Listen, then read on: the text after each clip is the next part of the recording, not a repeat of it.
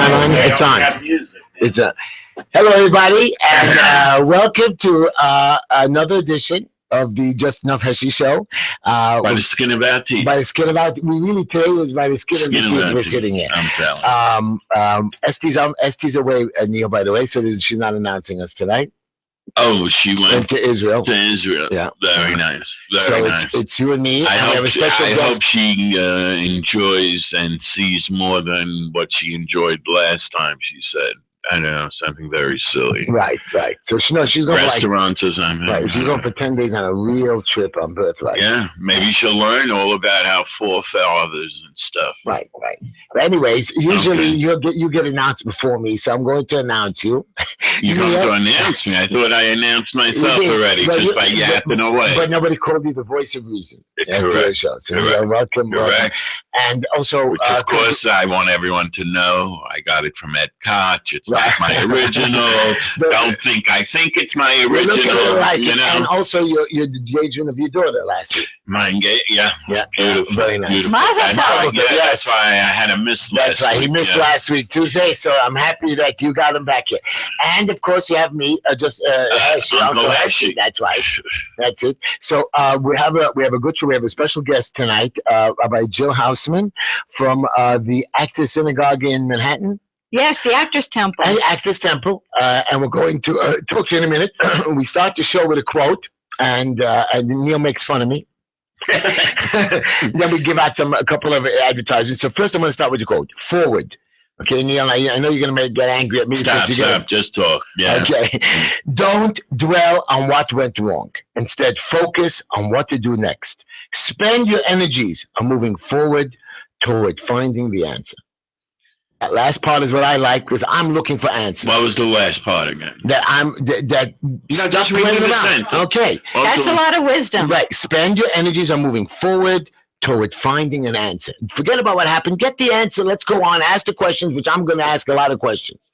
No, and that's really the truth with everything in life. In other words, what's the point of making a mistake or not knowing something properly when all you have to do is just check it out? Okay. You don't get real answers. Anyways, tonight, since certain things don't have real answers. I have a teacher who passed away at 98, and he said, regret without regressing, regret with blessing, start again. Wow. If you can hold on to that, that's good. Pretty good, right? Anyways, Neil, I got to tell you who's paying for the show tonight.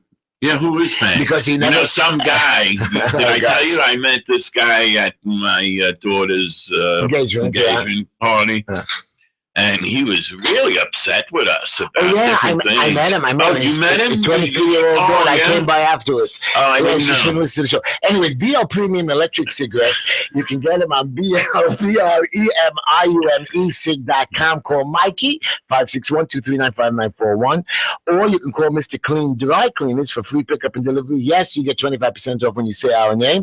Mr. Clean Delivers, MRClean, DELIVERS @gmail.com. Or call Chaim at 347-369-3051, or you can call Green Line Building. Slow down a little. People have to hear you. That's right. I have to say the number again. 347-369-3051. Estee's pretty good at this. Does he do laundry too? Just dry cleaning? I think he does laundry too. Call him. You have the phone number and you have his email. And Green Line Building Solutions, asbestos and lead inspections, DOB, HPD code compliance. We help you with violations, permits, plan, preventive maintenance, and we do free consultations. Oh, you know how to get the thing? I don't know how to do the thing. With the producer knows how to do it. 718-871-0382. 718-871-0382. You're listening to the Just Enough Heshy Show. We're on from 7 to 9 p.m. Mondays and Tuesdays. Please call in to 718-303-9090 during the show. You can ask any questions. You can ask us anything. And you're going to meet our new guest, Rabbi Jill Houseman. You can reach us on Facebook, Twitter, by doing the hashtag Just Enough Heshy. And we're on live right now on YouTube. Just going to Just Enough Heshy. And of course, look into the camera again. Oh, look at Let them see who you really are. Right. And you could reach us or advertise with us. Let's see how you match with the post office picture. Advertise with us at Just Enough Heshy, HESHY @gmail.com, and call into the show 718-303-9090. Rabbi, welcome to our show. Thank welcome, you. welcome. And Good to have you It's here. good to have you here. And we have, before we start with you, I want to ask you to tell us a little bit about you. I know that you're from or were from Brooklyn, or you served as a rabbi in Brooklyn. And I served as a cantorial soloist. They called me cantor. I'm not an invested cantor, but I was at Borough Park Progressive Synagogue for 12 years. And 46th Street. yes, Yeah. yes, I grew up a block away from there, Right. between 15th and 16th. right so- off 15. And right, then right off 15th. And then I was the assistant rabbi for the last 2 years. I came to the rabbinate later in life, and I've been at the Actors Temple now for 9 years. 9 years, and you lead the congregation in different services. Yes, I'm their rabbi. I'm their cantor. We're there every You Friday. teach classes. I do. I teach bar and bat mitzvah. I teach conversion. I have a Torah study. Yes, on Wednesday nights. Oh, Wow. yeah. I called also. Yeah, but I have a question for you on the conversion process you do for both men and women. Yes, Men and women. yes. We have a Beit Din of people. Oh, We take them to the mikvah. Oh. I teach them all year. We read the Torah together. we thought that the Reconstructionists or the Reform movement doesn't use mikvah. What right? movement are you? I am not Good. associated with a movement. I was ordained at a very small seminary in Manhattan, Rabbinical Seminary International, founded by the man I quoted, Rabbi Joseph Gelberman. He was a Satmar, a chassid from Hungary, who came right before the Second World War, and his wife and only child were killed. Most of his brothers and sisters were killed before he could earn enough money to bring them over. And he decided that after he got over his anger and his hatred, which were making him sick, he decided that he would... I mean, his anger and hatred for what happened in the Yes. war with the Nazis and all that. Absolutely. And he was angry and he was upset with God. Very, very much so. Was he allowed to be? Of course. You can't deny what's going on in your heart, You see? right? No. So he Okay, go ahead. he turned his hatred to love, and he began to be one of the spearheads of the interfaith movement, and began to ordain rabbis and even interfaith ministers to help humanity never to do this again. So he believes in God. Oh, he was very orthodox in a lot of his ways. Yes. So I understand. He was angry, and did he forgive God for what he did? To him? Oh, definitely. Do we have to forgive God, or God can do whatever He wants? Why do we have to forgive Him? Well, I think you're the one who said he forgave God.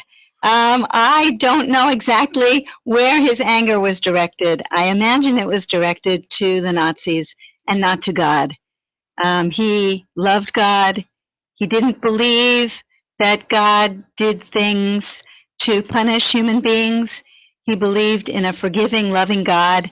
And if we do our part, we will be greatly blessed. How did he kill? Why did so many people die in that war? What was the?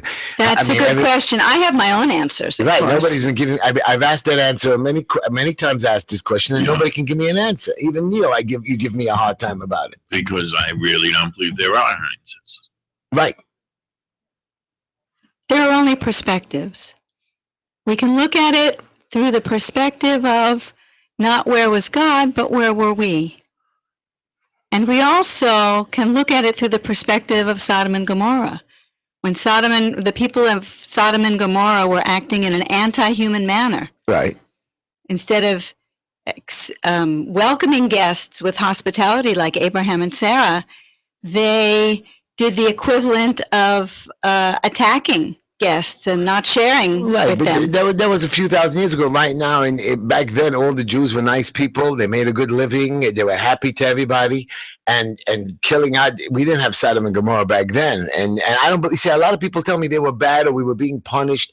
I don't agree with that. How could we have been punished? That's like a bad punishment. Well, my point. I can't deal with it. We weren't wrong. my point is that when the people of Sodom and Gomorrah were acting in an anti-human manner, the way the Nazis were during the Second World War, God stepped in to destroy Sodom and Gomorrah.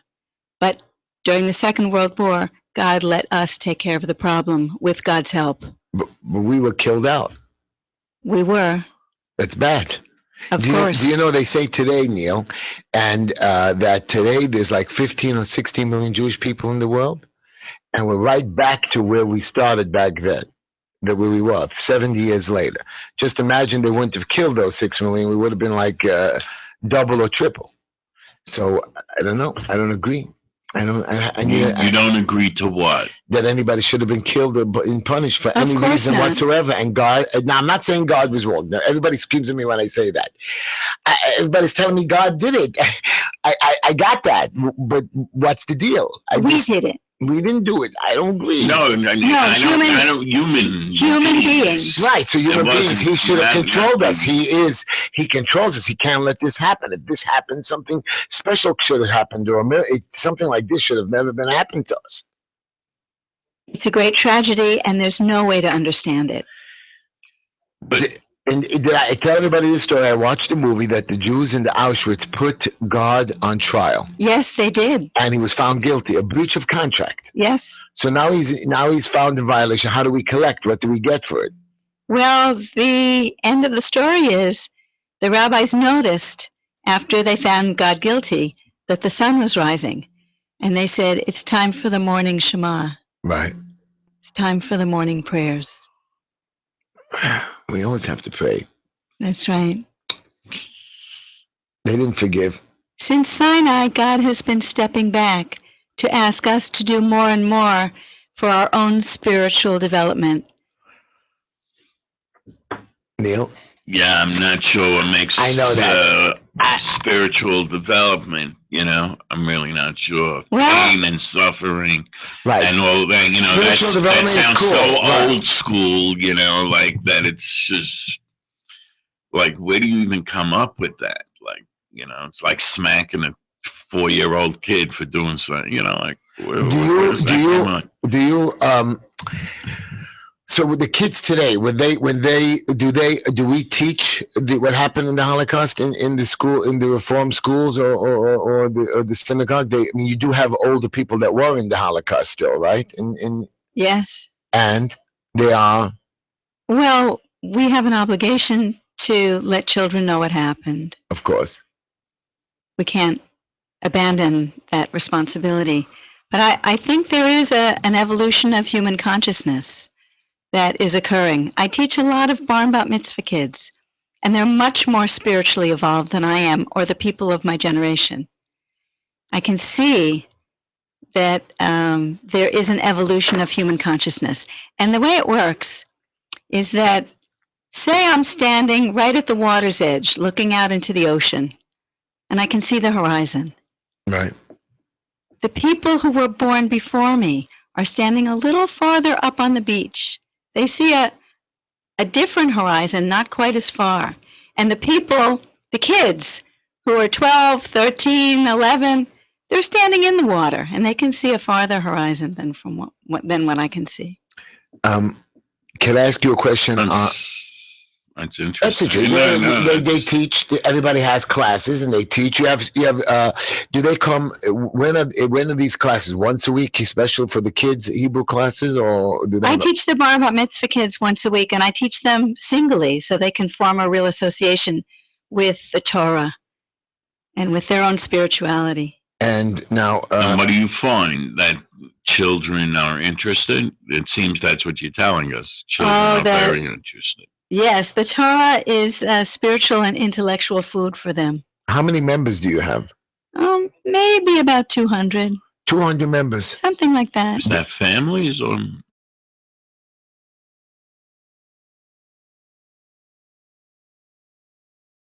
They hired me to do mouth-to-mouth resuscitation on the congregation. But people come 9 years. That's pretty good. And they come from all over the area. The metropolitan area. Yeah. Well, God brings the people. Okay. I just try to welcome them and give them a little something. Why can't you believe that the people bring the people? Well, I do. Oh, okay. I do. You know, that's... Now, are there any? We have a problem with this. I and Neil. Do you have any gay or lesbian or gay members in the synagogue? Of course, even our president is gay. Our current president is gay. And are they with the other person? Did they get married? Do they have are they allowed to get married? Some choose to get married, some don't. Oh, they just started to get married. I think that it's better for society if people get married, whether they're homosexual or heterosexual. I agree with you in the sense that you want to make it some kind of a legal document. Mm-hmm. But the word marriage is a holy word for men and women. So I understand that they want to be a union. So we found a new word to have it a civil union or so on and so forth. But why the word marriage? Again, the marriage was like saying, trying to switch a woman to a man or a man to a woman word. You know, you just can't switch the word saying, no, marriage now encompasses everything. It doesn't. Why must they have this ceremony? It is about according everyone equal rights and privileges in our society. We never do that regularly. We don't provide men and women pretty much equal. You know, there's always a different balance between the races, the black and the white and the Spanish. There's always some kind of difference or some kind of, right, Neil? Why don't you just look at Judaism? Yeah. You see all the different conflicts, different sects, different things going on. We may not achieve full equality, but it doesn't mean we shouldn't strive for it. Just like perfection. That's my thought on perfection. Exactly. You'll never get there, but you strive for it. So it's like love your neighbor as yourself. We'll never get there, but we can take our baby steps toward it. So what do you say about the people what do you say to people who argue with you that say, oh, it's not from God? You mean like you? Not me. That's not true. Did I say that, Neil? I don't know. I don't know why it took you so many words. I don't believe this, Neil. Why couldn't you feel my voice of reason? I know. That's why I'm just letting you go. So my question is, I don't want to be included in the group, I'm just questioning them. But the point is they, from the Orthodox, Conservative, even the Reform, there are many people in each of them that say to be homosexual in the Jewish religion is unacceptable. And that not that you can't be, I'm just saying, but to be married or in our religion is just no possible way, theoretically. Mm-hmm. How are we doing that? Nobody's saying that you're not doing it. We got that. You're still Jewish no matter which way it goes, but the marriage part doesn't work. Well, here's a way of looking at it. I don't know if it'll satisfy everyone. I'm sure it won't. I'm sure it won't. And you make fun of me. In Leviticus, in Shemini, right? I believe it's chapter 10. Moses has asked the priests after the death of Aaron's two sons, Nadav and Abihu. Moses has asked the priests to do what God commanded, to eat the sacrifices. And Aaron has told his sons not to eat the sacrifices, and he didn't. And Moses gets all upset with the nephews and says, why didn't you eat these sacrifices? You know, we just, in effect, we just had this terrible tragedy. You have to do what God says. Right. And Aaron says, if I had eaten these sacrifices, would God approve? And it says Moses approved. So this teaches us that if we feel with every fiber of our being, not lightly, but fully with all our hearts and minds, that there's something that we've been commanded to do that is wrong, we have the authority in the Torah to go with what we really think is right. Huh? And even in the Talmud. Is that true, Neil? In Baba Metzia. Right. She's going to quote right Yeah, in the Talmud, in Baba Metzia, that wonderful story where Rabbi Eliezer said that the oven could be koshered, and the rest of the rabbis said it couldn't be koshered or koshered, actually. Oh, very good. And Ballpark girl. and Where are you from, by the way? New Jersey, originally. New Jersey and Maryland, but I've been in Manhattan. Okay, but we're in Jersey.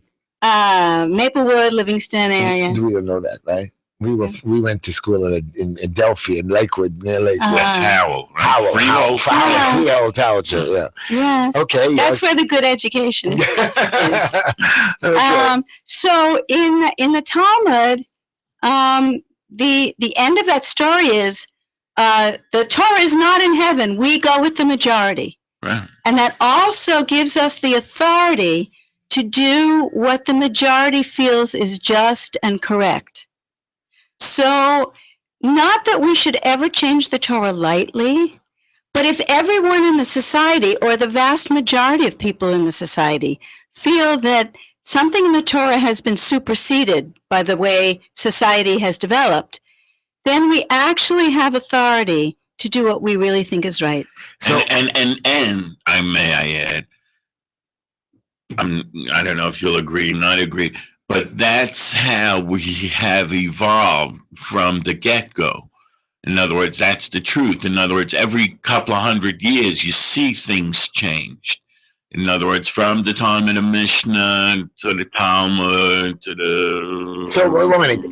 What I don't understand here It's is... always changing. In other words, it's always evolving. People like to say it's declining or this or that. It's not declining. It's evolving. That's Okay. what's really happening. Well, I'm going to comment on that. And you want us to talk about horse and buggies when, hey, that's not the deal, man. Today we talk about Priuses and Lexus. Okay, so anyways, Neil, let me tell everybody, our phone number is 718-303-9090.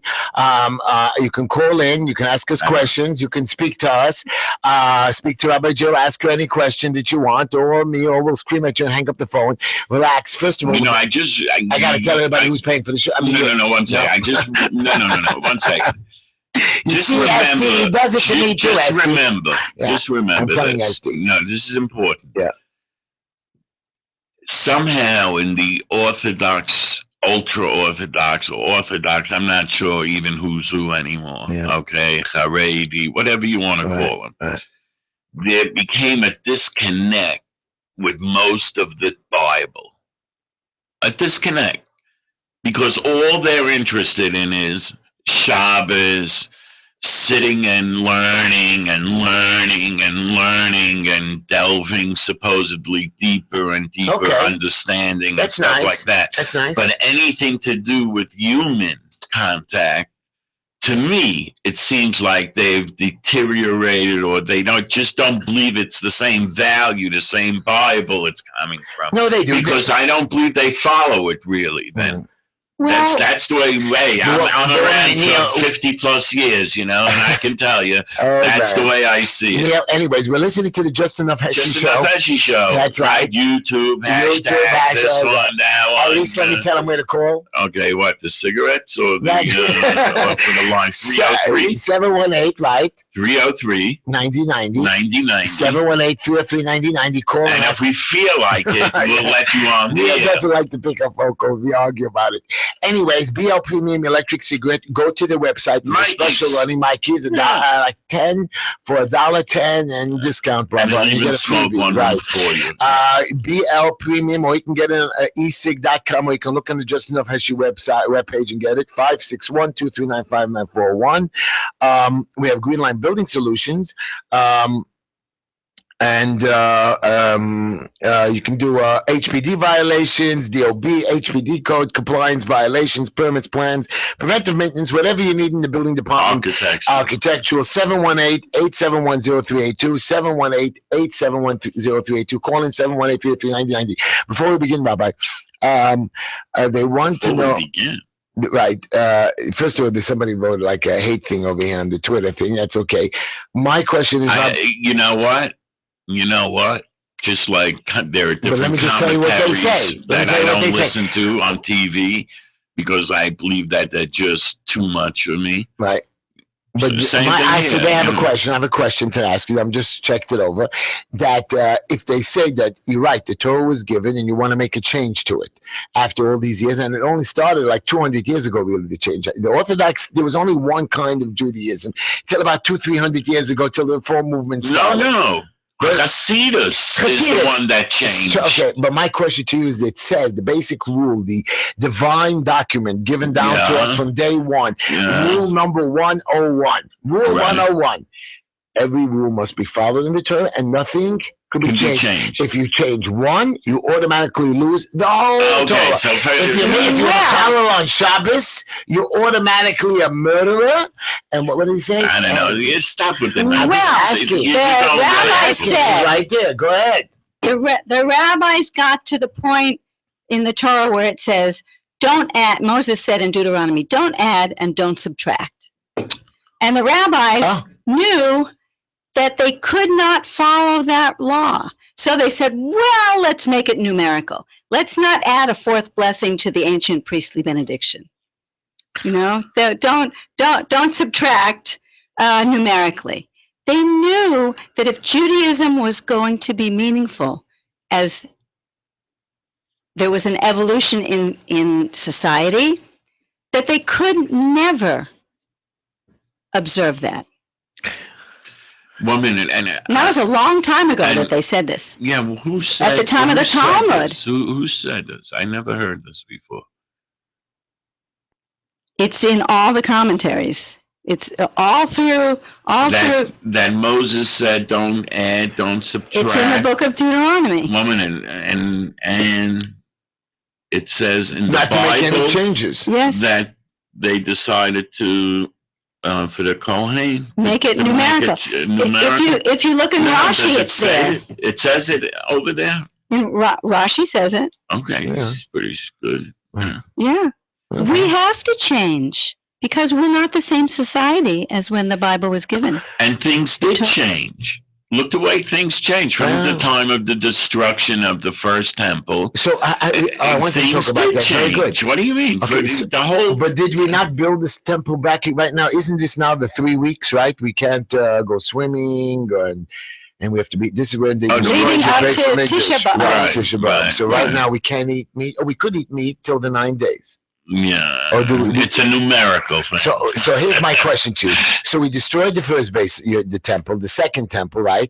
Why don't we, now that we have all this technology and we can make changes to the world, according to you just told me, we can change. That means it says don't build another don't build a temple till God puts it down. Ooh, it doesn't say. Where does it say? I don't know where it says it. I'm asking you. Everybody tells it to me.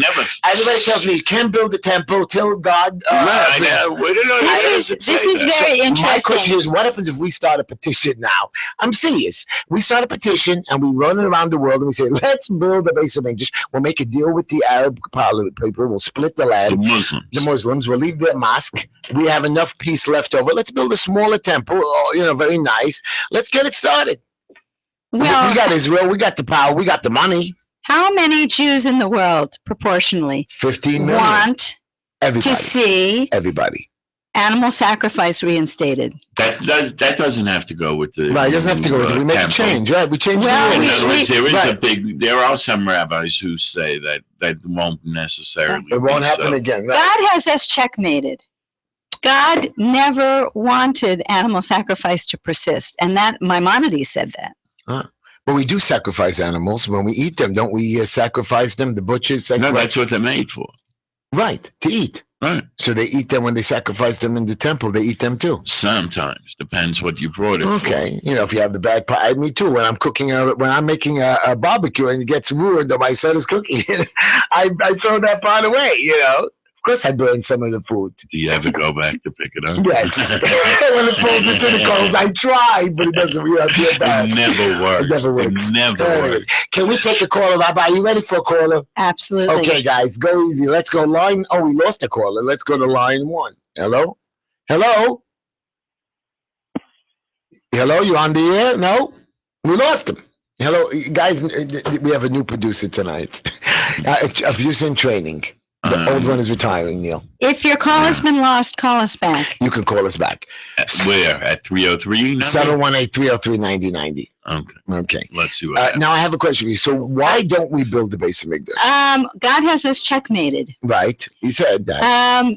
God, by having the Dome of the Rock, the Muslim temple Dome of the Rock on the Temple Mount, it's impossible for us to build the third temple. Obviously, God doesn't want it.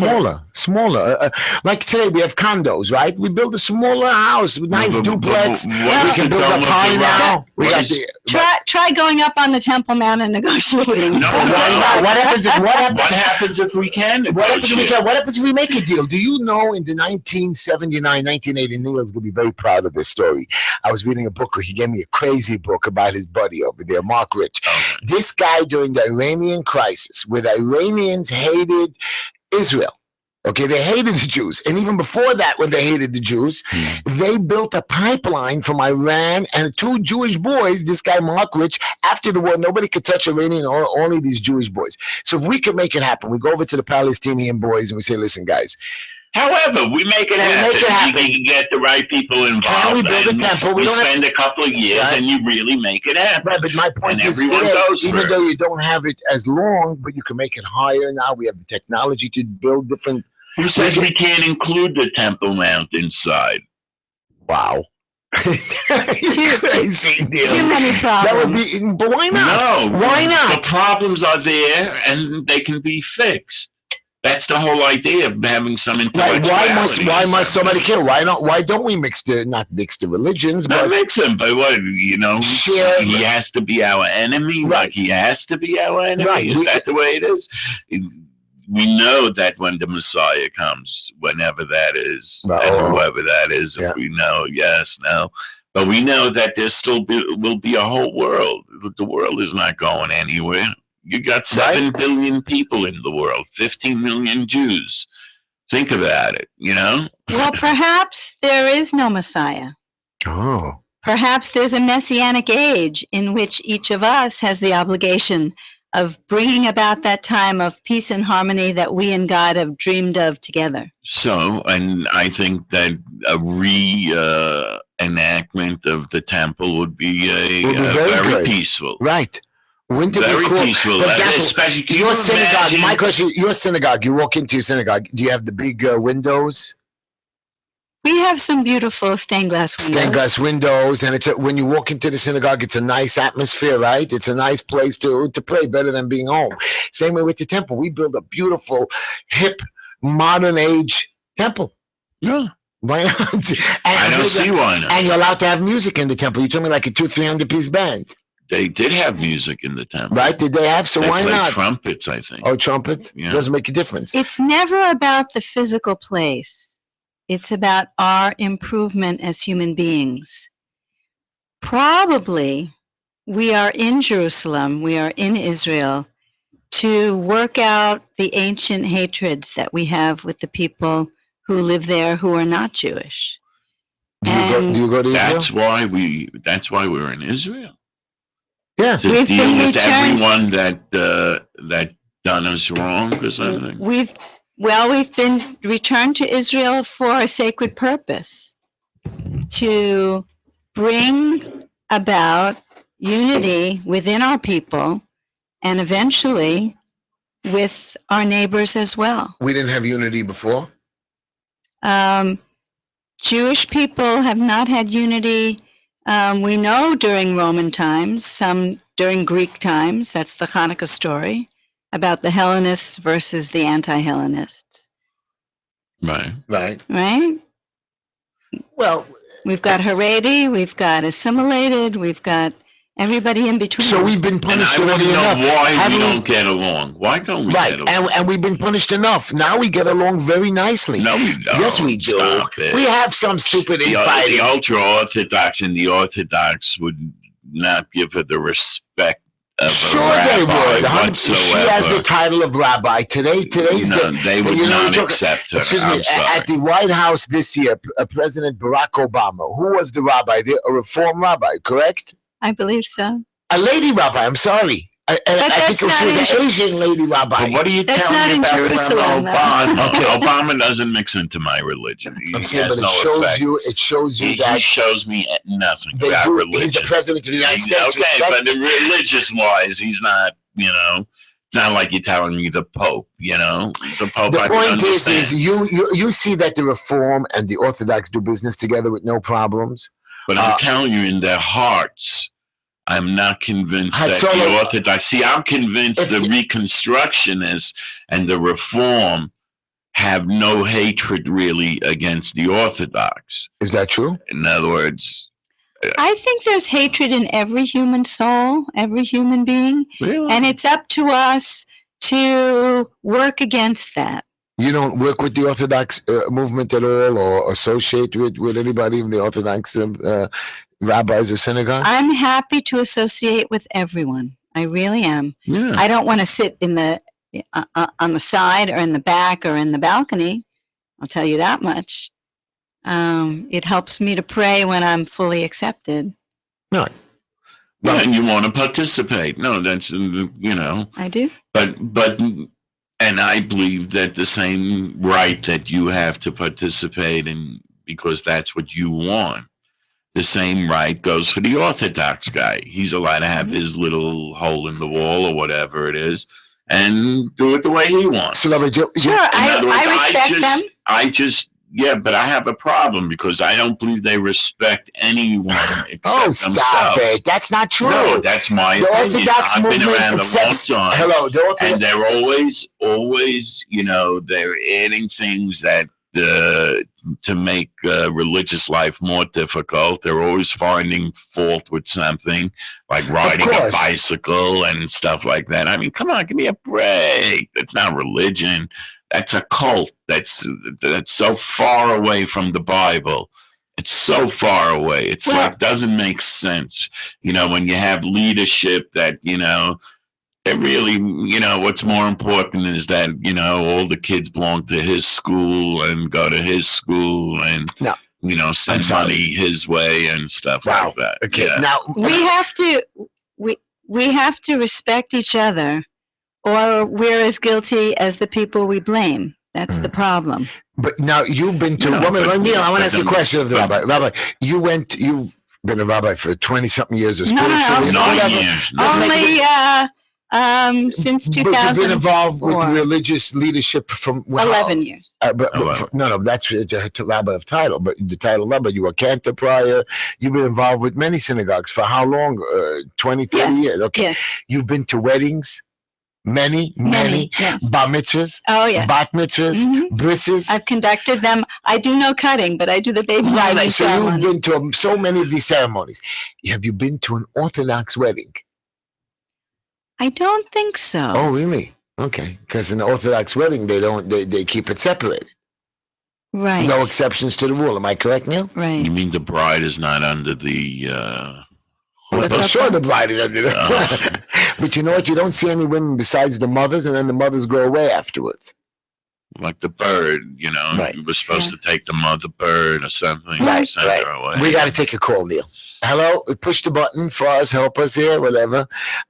So, okay, fine. That's right. So you never had an Orthodox. I've been to an Orthodox many. I Me and can't you. believe you. I Right. mean, as a New Yorker, Right. have You should never try an been. Orthodox. Me and you have been to, I would say, thousands. No, I am not a big wedding. We have been going to weddings since we were Okay. whatever. But he has 9 brothers and sisters. I got a million nephews and nieces and brothers. So we've been going to weddings. Weddings, divorces, funerals, the whole gamut, like She's the like- human society goes. Now, have you been to a conservative wedding or affair Yeah. and reform? Have you been to a? I I've don't been to think a- reform. I've I been- don't know. I don't know. I went to a reform. I went to synagogue. an Orthodox bar mitzvah this winter. And that's separate seating. Yes. Ah, Wow. and I was gracious. shouldn't have there been a third section? There Mixed should be seating? one section for everyone. Not one section, but I say there should be a mixed section that everybody should sit wherever they want. Okay, that's Right. a good solution. Right. I have a mixed section always by me. Oh, you're not mixed? The whole deal? No, we have a small section for ladies and a small section for men if they want to sit separately. Yeah. In the bank in the corner. Yeah. But it's a nice I place. remember you moving one of the walls. The walls, right? The over there Mechitza. or something. Let's take a caller. Yeah. Caller number 5. Rabbi, you're on the air with Uncle Heshy. Rabbi Jill. Rabbi Jill, how should I? Can I? Rabbi Jill is Rabbi good. Jill. 'Cause I remember he was calling and he was like, I said, okay, I remember Rabbi Jill. Yeah. Go ahead. Hello. Hello, how you doing tonight? How you doing, my boy? How are you? Great, great. First, How do you like the show tonight? Have I asked the right questions tonight? Because everybody's screaming at me. Look, you saw my email. I thought I was pretty pro. You guessed. I thought they've been superb. I'm sure the rabbi here would be very interested in the guest you had last week. You had the Lady Cantor, who was fascinating, and also you had the woman Rabbi Schneier. Right, Toby Ruben C. Schneier. I thought she was Orthodox. She said she's not Orthodox, but she wasn't. Conservative? No, she's Orthodox, but she doesn't have the Rabbanit from the Orthodox or something, or whatever. Anyway, I also wanted to say hello to Neil, who, of course, again, I wish you Mazel Tov, congratulations. Thank you. And sympathy for your pocketbook. Listen, Neil, if you get a chance later, all right, because I've discussed this with my sons about what they want to do when they meet somebody. And my answer is basically, hello, get out of here. I'm telling you. The rip-off on these weddings, and I'm sure you're agreeing with me, are absolutely obscene. But I got to tell you, this will be my second child getting married. I did a wedding 2 years ago, my son. Yeah. And, somehow, you forget about the bucks that it cost and all that. Then you just enjoy it. Is it all worth it for that one night, boy? Oh, not for me, but it seems for them and for the family, it seems to be on my account worth it. Yeah. All right, so, but really, congratulations. Thank you. So I have a question to the rabbi. I've heard very much about the so-called actors synagogue. I was wondering, in terms of people who are in the entertainment field, can you tell us a little bit about some of the people who are members who attend your show? Oh, certainly. There are a lot of creative people who come to the synagogue. We have some young actors and some middle-aged actors. They're not completely household names. They're not so famous. But we have people who are employed, and we have producers and people in the entertainment industry, but we also have people from all walks of life. How long is the synagogue around? We were founded in 1917, and our building is an historic landmark from 1923. Stars of the stage and screen like Sophie Tucker, Red Buttons, Bert Lahr, Al Jolson. Wow. Oscar. I found out Oscar Levant used to come to the synagogue. You have shows there still at the synagogue? Yes, the way we stay in business, so to speak, Oh, really? is not by having expensive dues. We are an off-Broadway theater, Oh. and we have plays. We rent out our space to a theater manager. That's very, very interesting. The one problem I have to say, and I'm pretty, when it comes to religion, I'm very, very moderate, even though I grew up Orthodox. But one problem I do have with the Reform movement, and I want to sort of not defend but understand, is the concept of Miu Yehudi, who is a Jew. Now, among the Reformed recently, they have decided that they would accept a person whose father is Jewish and mother who isn't, who hadn't converted. And I was wondering what your feelings about that is. Patrilineal descent. Yeah, which is something that is a problem, because these people, they do grow up, they want to meet, obviously they might want to meet a nice Jewish boy or Jewish girl, but it's difficult because now we have to get into the whole situation Well, it's one thing about religious, non-religious, whatever. And in my family, I've had people who have married out of the faith, but when they married out of faith, it's been the Jewish girl with the non-Jewish boy. And I was wondering what your feeling is on that. Well, we used to have patrilineal descent before we had matrilineal descent around Roman times. So, in a sense, we're returning to something that obtained earlier at the time of the patriarchs. We are When so did it change? few. Well, the patriarchs I thought were one family. They didn't marry outside the family. Like Sarah was really like a cousin or something to Avram, no? Yes, and Rivka was a niece to Avram. So we all married within our own family. Right, Rachel and Leah were also cousins. So we always, and then once we were Rachel and Leah were sisters, but I'm saying Yaakov was a cousin with Esau. So we were really all one big happy family, and we were all marrying the cousins and the things. So we never really married outside the religion. Yosef, I think, married outside the religion, right? And even then, I think she was adopted, and she was also from a Jewish relative or something. Until Yaakov's sons. Yaakov's sons didn't marry in the family. They married outside. Oh, I didn't know. And even in this week's Torah portion, Pinchas, there's a whole genealogy that goes through the male line so that people could trace their Jewishness through the male line. So, so many of us perished in the Holocaust. Say you are a young person, you're growing up in a family, you had a naming ceremony, you had a bar mitzvah or a bat mitzvah, you go to Hebrew school, you live your whole life as a Jew. Who are other people to stand in judgment of you and tell you you're not Jewish? Well, I agree with you, Rabbi. Wow. But here is the problem. Here's the problem. Yep. Okay? There are people. So one minute, Rabbi. I want you to hear. You heard what Mitch said? Everything you said was great, but we got a problem. What's the problem? The problem is this, okay?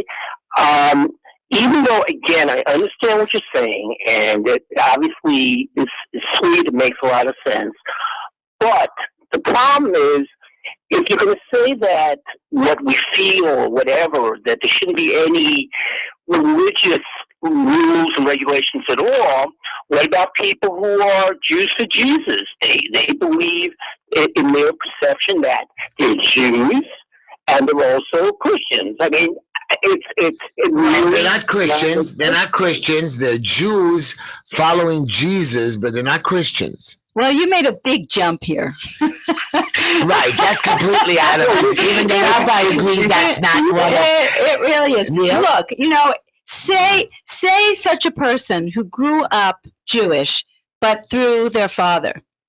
Say they meet a girl, and say it's the boy who grew up Jewish through his father. So the son, mother's not Jewish, but the father is Jewish. Mm-hmm. He grows up, they lead a Jewish life somewhat, right?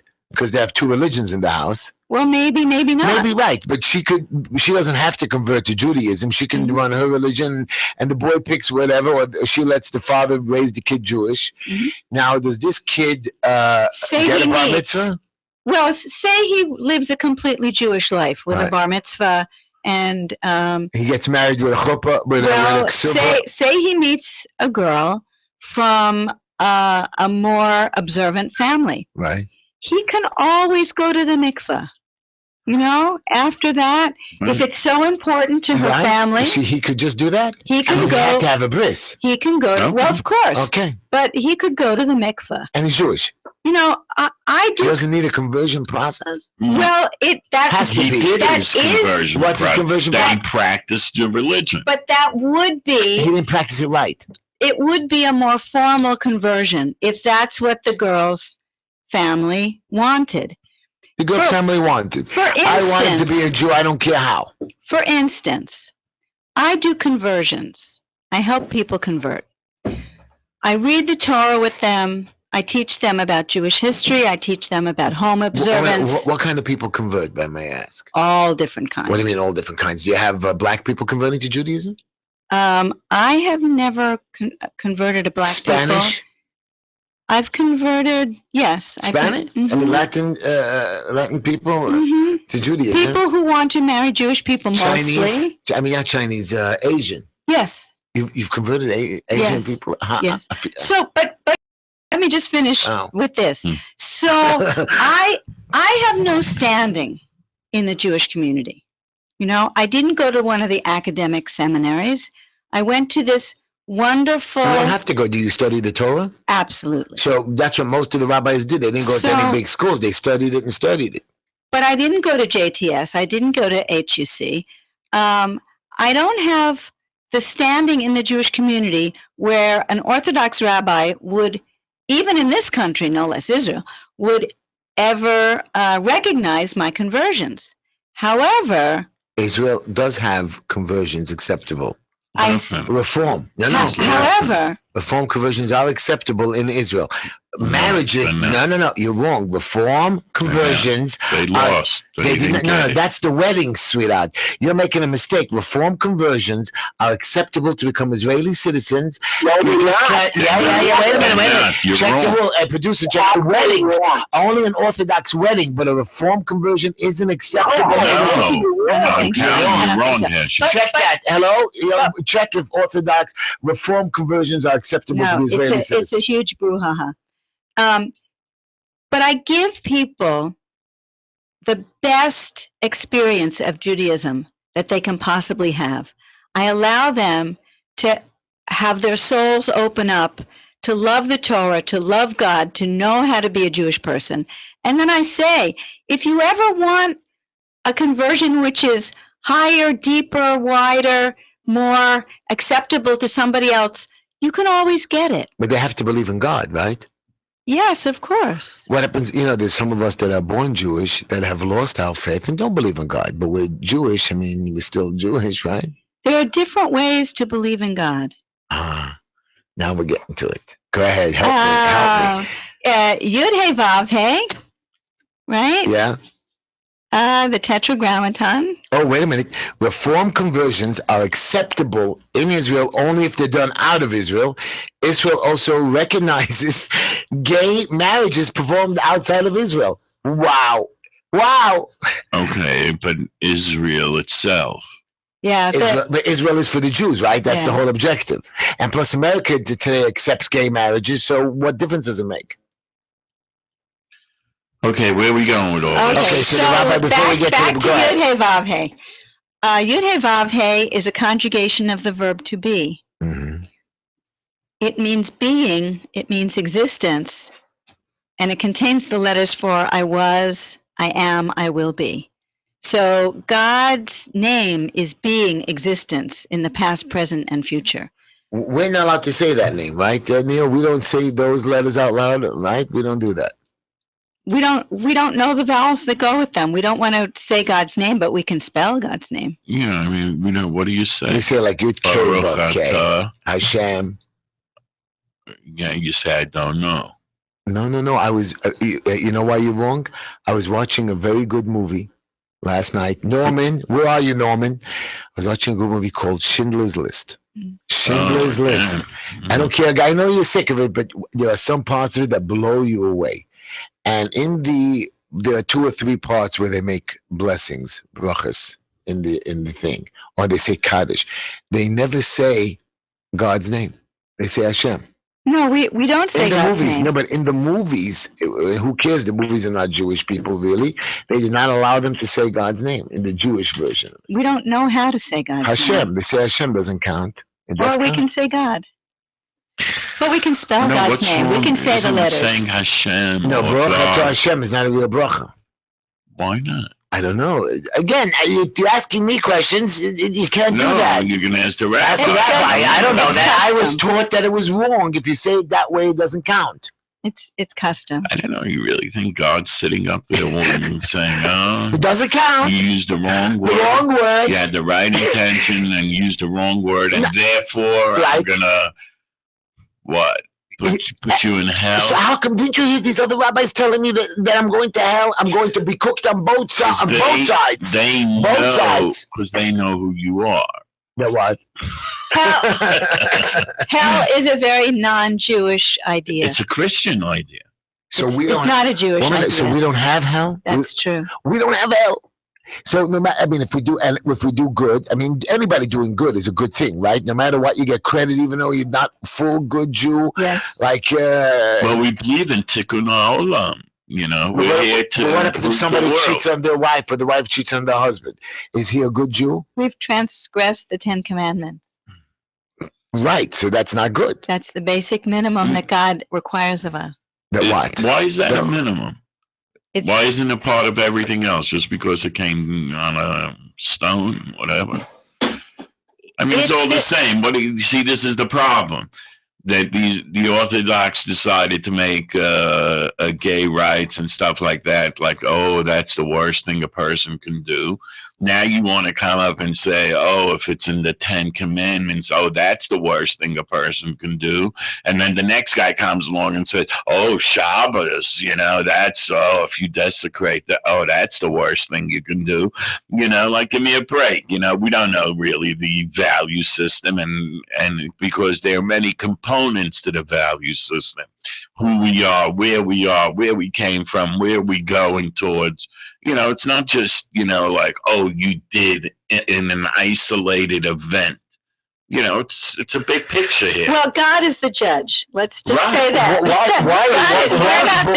Why is God the judge? And we're not supposed to be. But why can't we have a court down here that judges? Why can't we take away this judgment from Because God? there's no honesty. Okay, so There's no honesty. No honesty. You're I telling wouldn't me- trust so then a why would- based in for nothing. But my question is, why be a Jew then? The whole objective of being religious is to be honorable. Right. So if you're not honorable, then you're not a Jew, or you're not religious, or you can't be part of a religion. No. If you That's kill the point. somebody, You're doing something if you kill wrong. somebody, you shouldn't be allowed in any religion. 1 minute.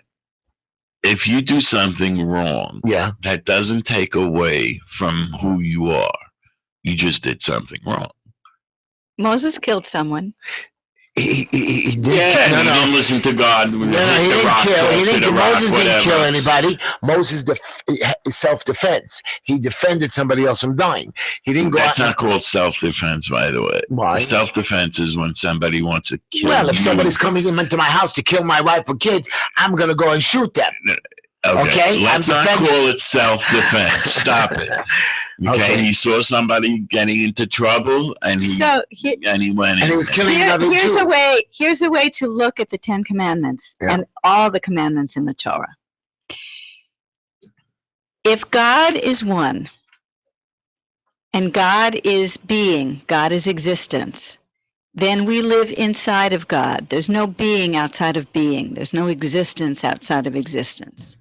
That means that the Torah and we and God are all the same, made of the same substance. The Torah is in us. The Torah is part of God. So when we go against something like the 10 Commandments, we're going against life. We're going against God. We're going against ourselves, which causes life to break down. We know if somebody robs a bank, their life is going to break down. And it's the same with any of the commandments in the Torah. What God commands us is good.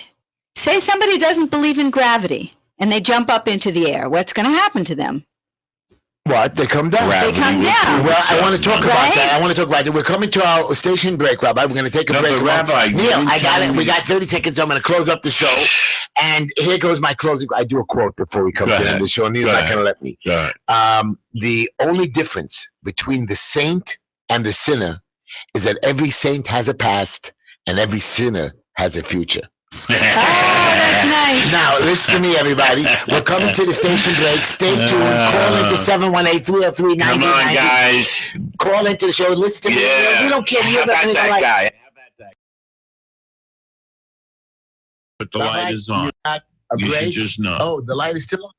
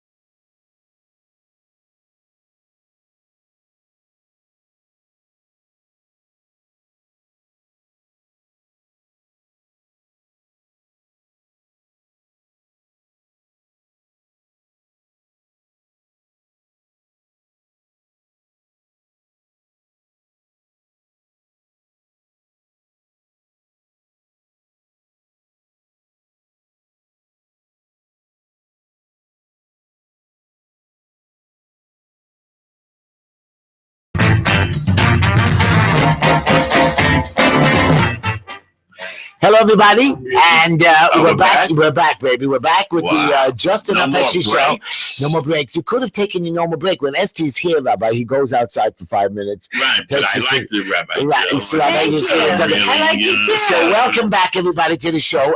ST's not here to do our horoscope, and I don't think Neil will let. And the Rabbi says we don't want to do it in front of her. But you're here with Rabbi Jill Hausman from the Actors Synagogue in Manhattan. Actors Temple. Actors Temple. Sorry, Temple Synagogue. What is the difference? You're gonna have to explain that to me in a minute. Where you located, by the way? 339 West 47th Street between 8th and 9th Avenues in Manhattan. And I got you on the internet and the webpage. You have a website, right? Yes, theactorstemple.org. Actors Temple. It's very simple. You go to Google anyways, and you get the whole thing, and you're all over the place. So, anyways, everybody, you're listening to the Just Enough Heshy show with Neil, my voice of reason. Hey guys, I'm And- still here and and- I'm still reasonable. ST and Z, we missed you. 718-303-9090.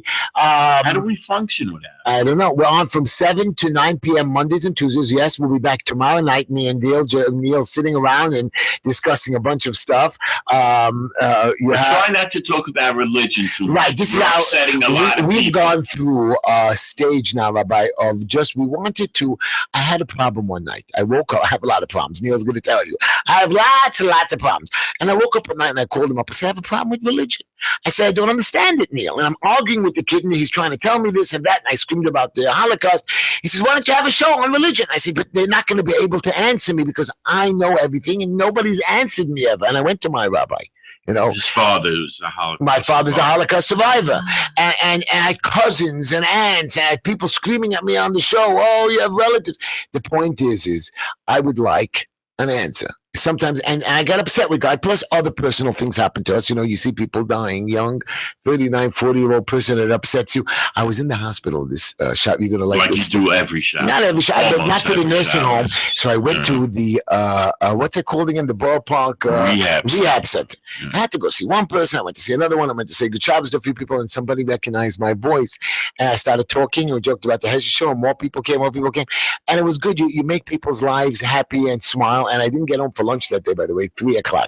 Thank God my boys weren't around because they would have killed me. They like to eat at 12, but they're very angry with me right now. And I want to tell you why. But first, I'm going to tell you about Black Label. I have to.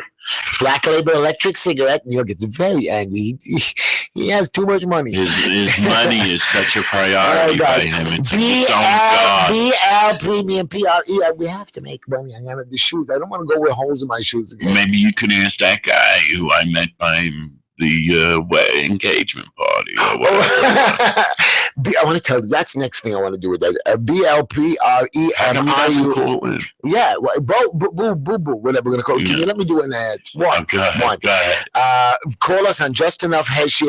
Email us at justenoughheshy@gmail.com. You can advertise. You can see all our advertisers on there, from Mr. Clean to Black Label Electric Cigarette, Green Line Building Solutions. We have all the net. How about the therapist? Oh, right. Sarah Shapiro Halberstam, psychotherapy, couples counseling. Sarah at mytherapist.info or 800-973-0323, 800-973-0323, extension 709. What's her name? Sarah Shapiro Halberstam, real cool. She was on our show. She was on our show. Very intellectual. Explain to us. You see, me and Neil come from a world where talking sex to your children, I'm not talking in a nice way, in a manner of as an adult teaching the child, it's not done by us, not at all. And I know by the younger reform or the modern today, do explain. I explained it to my kids when they were little. Some of these people don't do it, and then the children, I believe, are messed up. And what do you do about it? Do you teach sex education? Because when you teach some of these young kids this thing, and I know in the reform movement, there's a very big problem with teenage pregnancy, if I remember correctly, and drugs. Well, I'm That's what not I in the heard. reform movement. 47%, not the reform, but like we have the Orthodox, so the not religious, more of the, I'm a liberal Jew. a liberal, right. There is more problems with the Jewish girls. They're starting earlier and being taught. You think earlier than society, or that's just flowing along with society? Wow, yeah, that's a bad question because 14, 15, 16, 17, 18 doesn't count to me as part of society. Yes, that's the way it's done in I know, the other because you world. have a 25-year-old son at home, and you're thinking, I ain't letting him go for another 10 years. No, I got it. I they threatened me when we had a fight this week, and they said, I want to be married in 6 months. I'm out of your house. I said, no, you can stay forever. But yeah, get married, but they're good boys, 2 eligible, beautiful boys. They are. They're going to get married and move in by you? No, they're going to get their own place. They make money, but Yeah. they're religious. The problem is now, here we go. Ready, Rabbi? This is, I need some counseling now. My children, I grew up, I told Neil, I've taught them in the 23, 24 years to see everything, religious, non-religious, orthodox, non-orthodox, black, white, different things, to be open-minded to everything, movies, everything. And everybody deserves respect. And everybody, and I taught it to them. Heshy's. They come to the hospital, they respect all the people, they hug, they come every week with me to visit people. They're just wonderful boys. And they understand people who are suffering, people are religious, people are not religious, they've come to job sites. I mean, now, all of a sudden, I'm not allowed to discuss my deal with the kids. I'm not allowed to discuss who their rabbis, but I'm allowed to discuss my problems with them. My problem is I believe that now they're going overboard. Not that I have a problem with them learning at night, because on their free time they can do whatever they want. I'd rather have them studying than watching TV. I have no problem they only eat certain ways in the house. You can't go out and buy this Heshy. And I have no problem with it. It makes no difference to me because today they make everything. I have a problem that they're being petty on issues that they're going overboard. And we learned from Rabbi Jill that Moses said, "Do not subtract or add." yeah, but they're thinking in their ways that they're not adding. That's the way it's done, and they're abusing their privileges. Like, for example, the rabbi, one of the rabbis explained to me. A rabbi says to me, the children, if you're not religious enough, okay, the children don't have to hang with you or be with you. Yeah, they have to come visit you and be honorable. What does that mean? You know? Okay, he's the same guy that said a lot of things. It's not only that same guy, but I'm telling you. Right, it's all right wing. You know, I'm going to tell you a story about a close. No different than in the my Islamic family. In my family, extreme. I had a not religious relative. Not religious. She came from an Orthodox, religious, super duper home. By the way, your background, Rabbi, where are you from? Are you from Orthodox, conservative background? I would say conservative to Orthodox. I mean, to Reform. To Reform. I have a great grandfather who founded the first synagogue in Newark, and Newark was a big religious Orthodox community for a while. yeah, and the synagogue became conservative. I've seen that a lot also in Atlantic City. So my point is, I had a relative who was not. She came from a religious family, became non-religious, had children. One of her children decided, and she didn't practice at all religion. Maybe on a high holiday, go into the temple. I don't even think that or whatever. One of her kids married not Jewish, and she said, "I don't want to see you anymore. You can't come back home." There should have been no problem in such a particular case. Why was she using Orthodox rhetoric when she didn't practice it? That's the problem with a lot. And then at the end, prior to the death, of course, they made peace and cry because, but when you're going, you want to just see everything. Is there any reason to something like this? I mean, they have it in the Reform and the conservative. You're not going to marry within our people, you're out. The only thing we have to give is ourselves. So that's wrong. So, excuse me. If one of your congregants said, my boy is not marrying within the faith, I don't want to know him, what would you tell him or her? I would say that if a person doesn't accept the choice of their child, then they're depriving themselves of that relationship for the rest of their lives. So I am angry with my children. I am angry with my children now for going too religious on me, going over the top, Neil. Right? They are over the top. They are over the top, really over the top right now. Even the way he because they're not biblical. They're doing more than biblical. So my point is So it's I should more. accept it and keep my mouth shut, because I should experience, even though I think that they might abuse it or they're going overboard or being part of a cult. I mean, I'm not saying they are. They're very smart, bright men, and they're our friends, and I grew them up and they grew up with me in the religious community. So all the other people are like that. I just didn't think we would be like that. My point is so I should accept it and not be fearful that that I believe they're too religious. They're not religious enough for you, They're too religious for me. or they're too religious for you. Right. Is that a problem? you ever have that? Only for you. Exactly. Right? Well, That's right. you don't have that problem? It's an unusual problem. Well, But you know, it's out there. what I say is I'm a rabbi. My children might be atheists, but maybe my great-grandchildren will be Hasidim. Who knows? Wow. You know, Wow. the pendulum swings back and Wow. forth. I know, because That would my be parents interesting. were, my grandparents were Hasidim and very religious, and now the next generation seems like that they're all just. Hey, I brought them up that way. I just felt like you that their teachings of the world, they're not that they should sway from the path, but to bend in a way that doesn't hurt, like, the Erev in Borough Park. That's a cool bend, even though a lot of people don't agree to it. Shabbos elevators, even though a lot of people don't agree to it, I think that's a cool thing. Shabbos lights, maybe a Shabbos switch, maybe not. They're agreeing with it. So many new things. Ovens that go on and off by themselves, so you have no problems with heating up the foods. And so today's Shabbos is not really a complicated deal. Being Orthodox in any way, if you want to follow the rules, is not complicated. So I don't Unless know. you want to travel. I just wanted them to bend, to say, look, everybody bends, right? And you can travel, you can walk. My sons walk a lot on Shabbos. As long to get away from me, they walk whatever they can.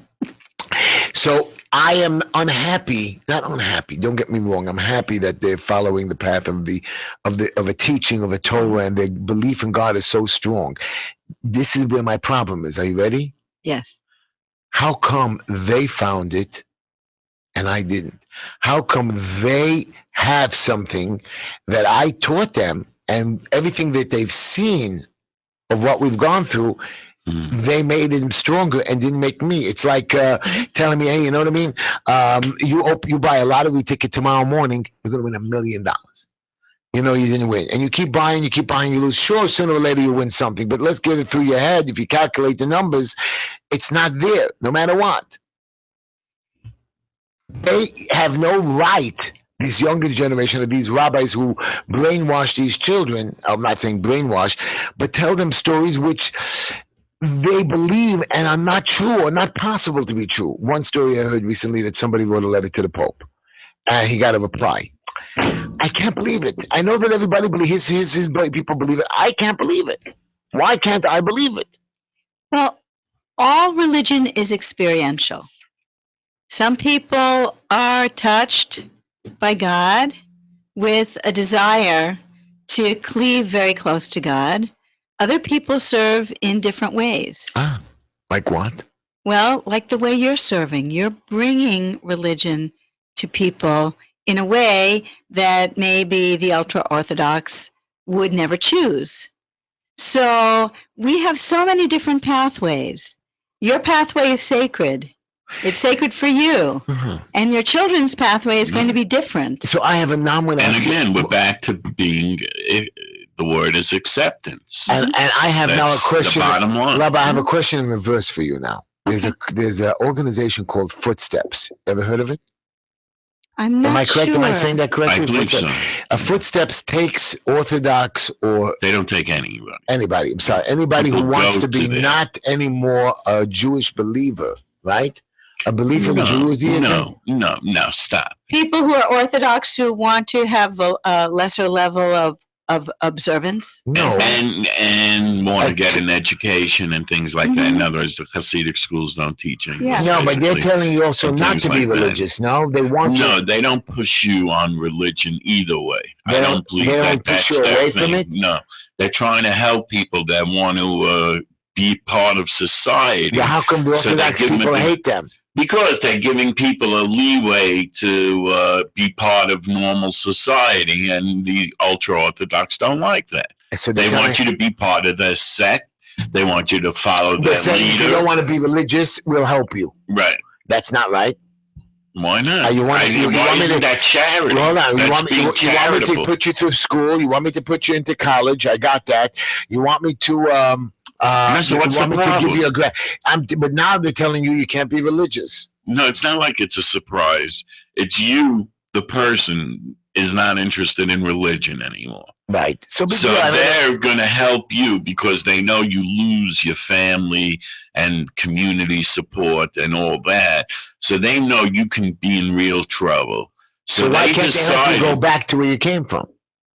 Because they don't want to go back to where they came from. People come to them because they're unhappy with who they are. That's my understanding. So if my son, my 15-year-old son, decided to come to your temple and say, Rabbi, I grew up Orthodox with my father, I'm 15. The man's whacked. He's whacked. I don't want to be like that anymore. I want to be like you guys. Would you take him in to teach him and show him the way, or tell him, no, listen, boy, you got to follow the ways of your father and mother. You got to follow their way, whether it's wrong or right. You got to be with them. When you get old enough, come back. But this kid is freaking out, and this is what this organization does. That's what I understand. That you come but to. They're probably over 18. Yeah, she told me that they're only 18 and older. Okay, so but if you are younger than 18, they have programs where to refer you to. Okay, fine. I didn't know what you're against. I'm against. When a guy's crying out, he wants to be able to work like a normal human being. He wants to be able to earn an income.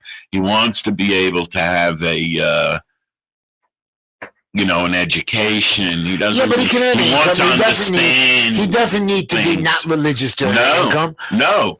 My boys are religious and they finish college. He doesn't need that. Right.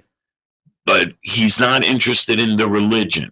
He has no other way of surviving unless he learns now about the world and gets an education and can go speak English. I believe everybody learns about the world when they're young. But Rabbi, would you take somebody from another sect and say, listen, your place is wrong. I know you grew up that way. The truth of the matter is we'll show you, we're not saying you're wrong, but we'll show you an easier, better way. And you should be sending them back to where they came from. I don't turn anyone away, just as God doesn't turn anyone away. I'm not saying turn away, send back. What I'm saying is, no matter who comes to me, I'll say, well, let's read the Torah together and see what we think it means. Yeah, but I don't want to do the Torah. I want to just do Jewish things, but I don't really want to learn it. I want to be like the Jews, the Shabbos and stuff, but I'm not really interested in learning it.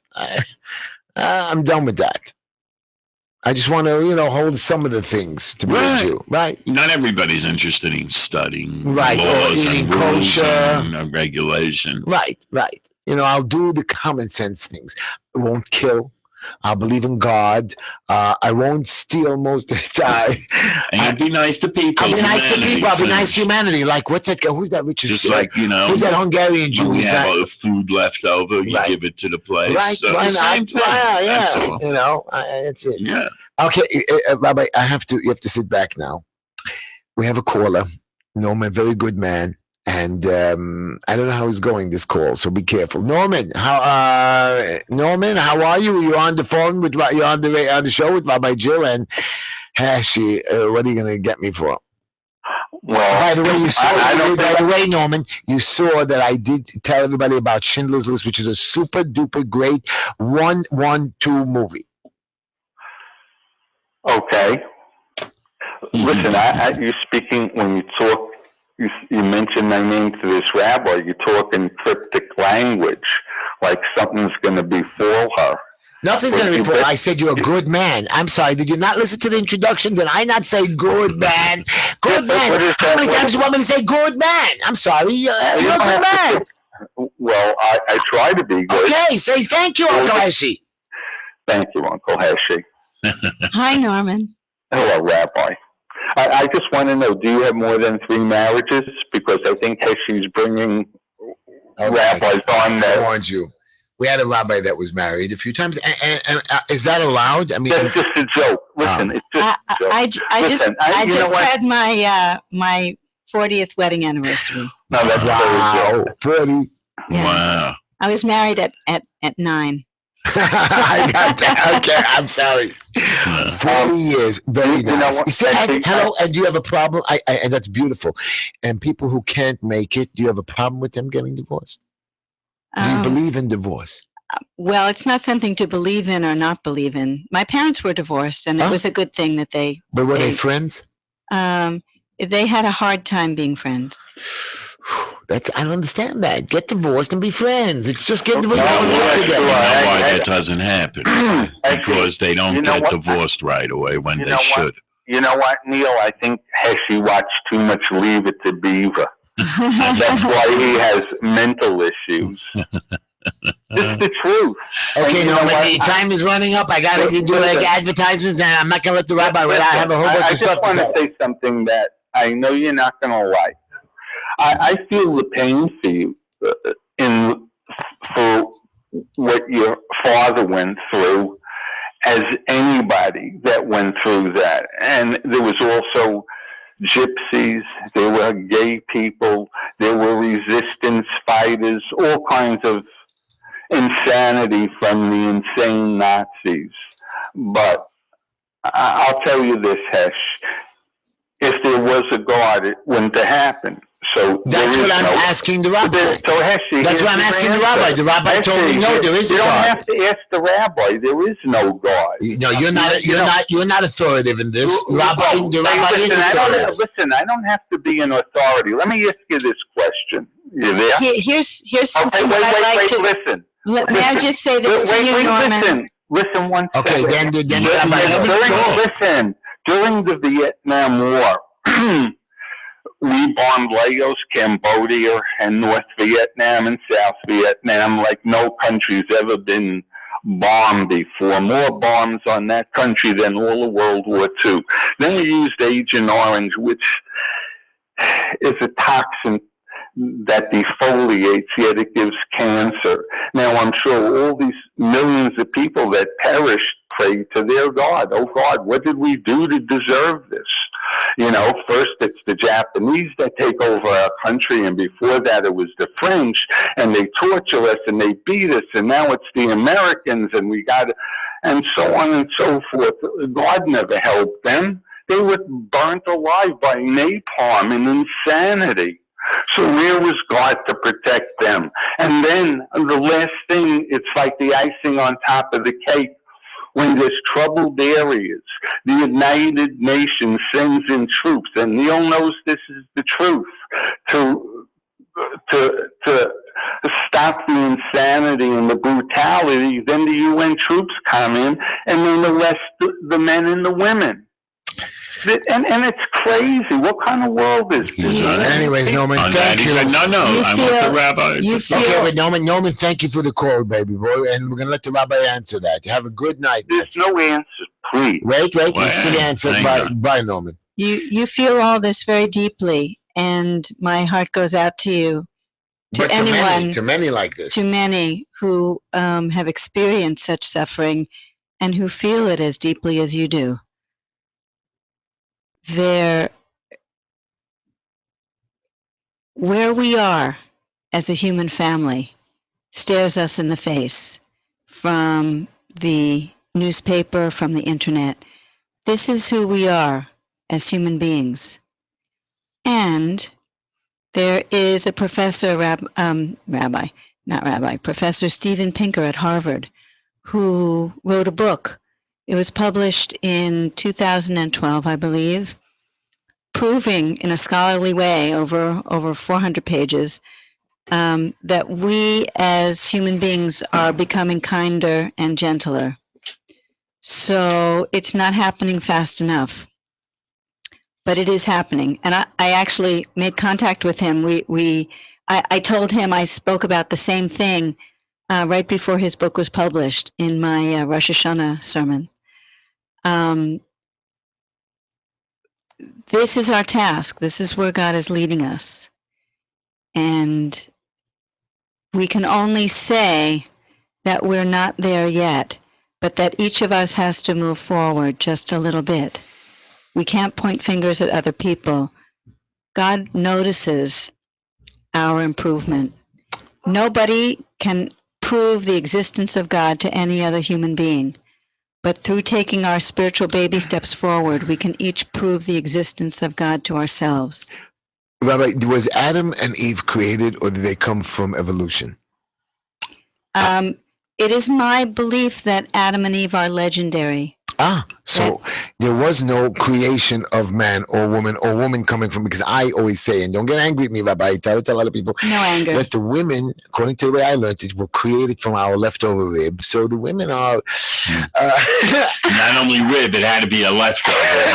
Because we had extra rib, that's how we got it. So you really like, how do I say it without being insulting, you're not equal to us. Not second class, because you're us. A lot of you guys are smarter than us, but you're still women, which makes us the number one, unless we, really we're number one.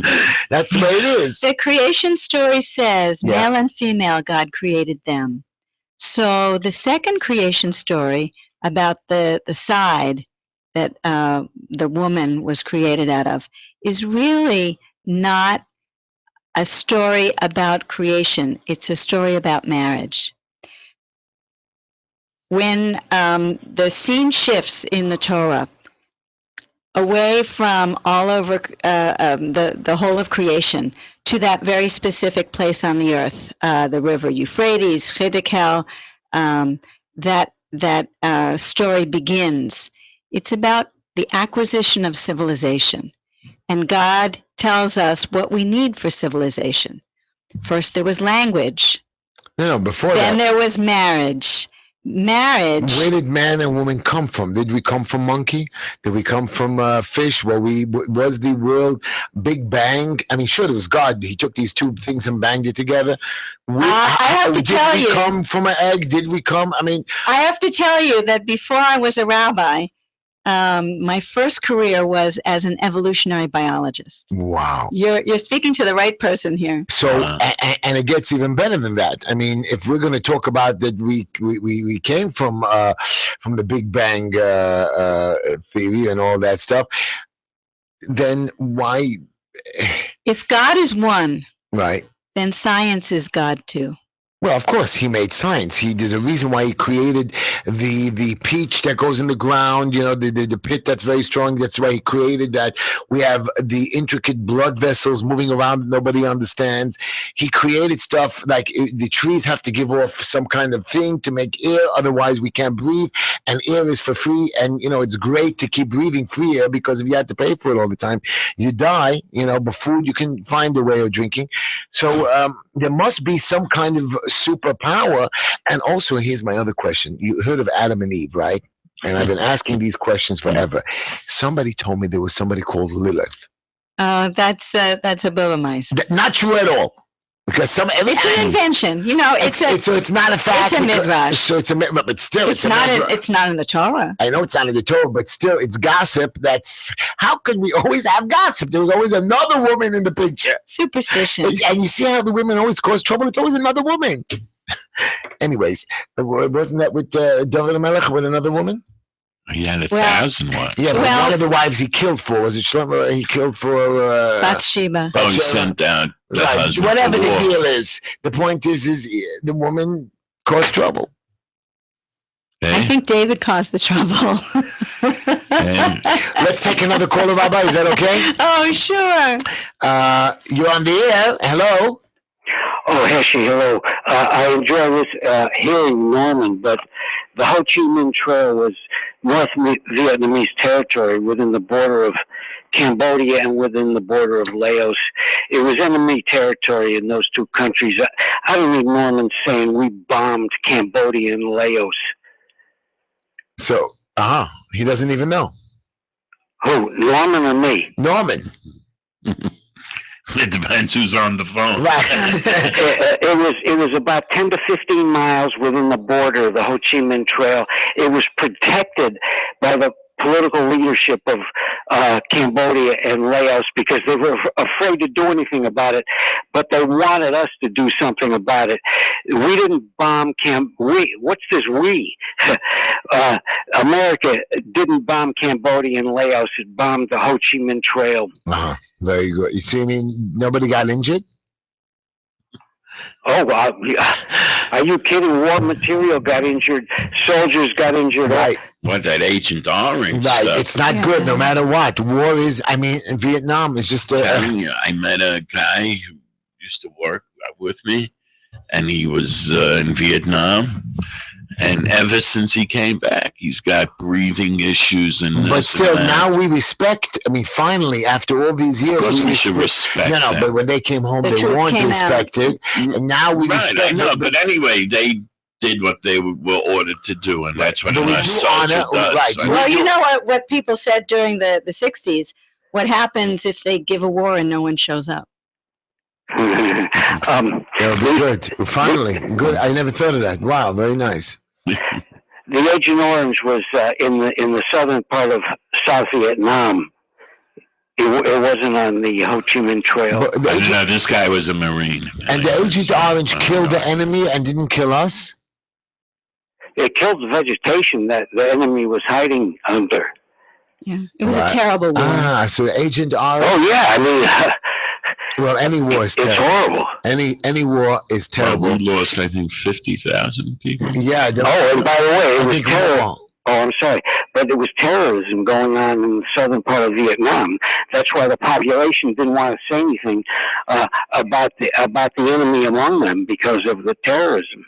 Well, you know, in any war, even in the American Revolution, we had terrorism against the British. I mean, we did stuff like that. That's the way war is. Yeah. People Well, fighting now for President Obama. right. Yeah. Okay. No. Nixon's domino theory was completely fallacious. Right, but otherwise he was pretty good. I'm sorry. He felt that he can win communism, and he couldn't. Right. He didn't beat them. But Ronald Reagan did. Well, that's He true. was a better salesman. Right, but you know, That's it. Nixon Nixon started. wasn't a good salesman. Nixon met with the Chinese, and he made them chill out.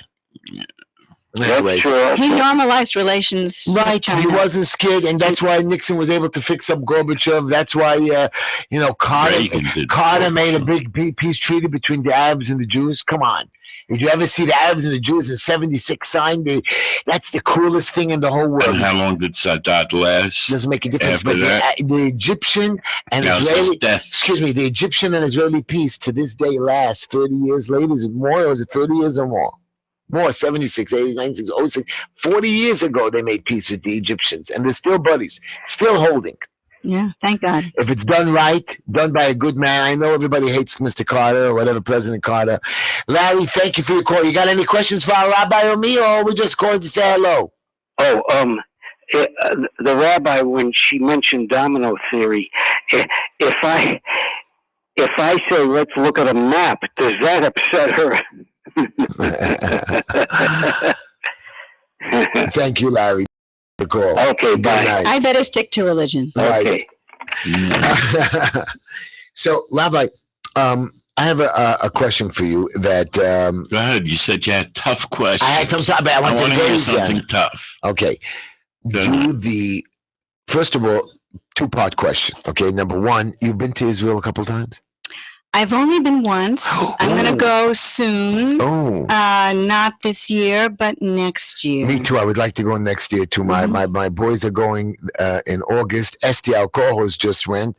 My other son Moshe, that's where he came back. Super religious, came back like a year ago. So Israel is out of this world. My kids have been to Birthright. That's what Esti went on. Birthright. Wow.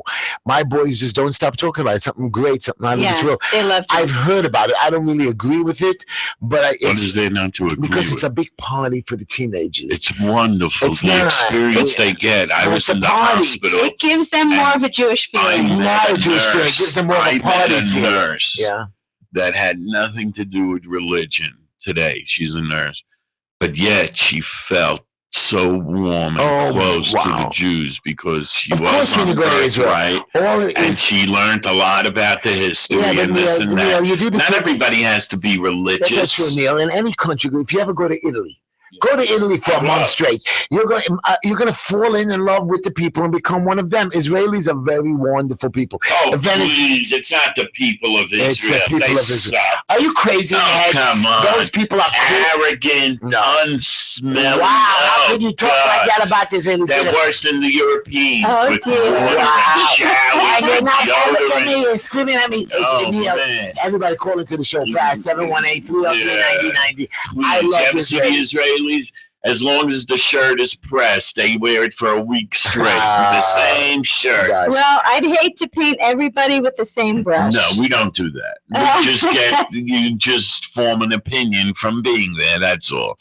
It's never everybody, even if we say everybody. We never mean that. It's only percentages. It's always percentages. Yeah, come on. Let's get real. Go to France, you get it even worse. I will support Israel with my last breath because they have their lives on the line for my freedom and for my dignity as a Jew in the world.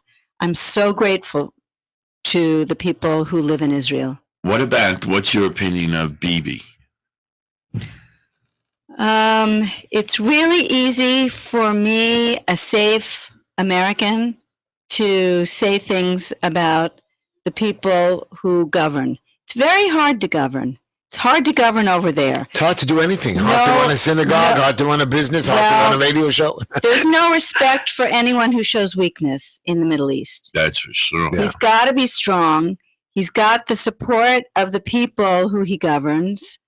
Big deal. No, but do you feel that he's doing... Everybody supports their president. I don't always agree with him. Right, but you do understand him. But I do understand why he has to be strong and why his first priority is protecting his people. And I don't know, I was very proud to see the way he spoke about Iran and stuff like that. He's got an obligation to speak. Right, but he's the lone voice. He really has no part. I want to take a caller, Neil. Right. Okay, Rabbi, you ready? Yes. Hello, caller. How are you on the Just Enough Heshy show with Rabbi Jill, Neil, and your Uncle Heshy? How are you? I'm okay. Finally, you gave a number out so I could call. Right. I'm sorry. 718-303-9090 or email Just Enough Heshy. Why aren't we saying that? You were all listening to the Just Enough Heshy show. He got through. Right, you got through. Go ahead, caller. What's doing? 718-303-9090. What's doing? Thank you.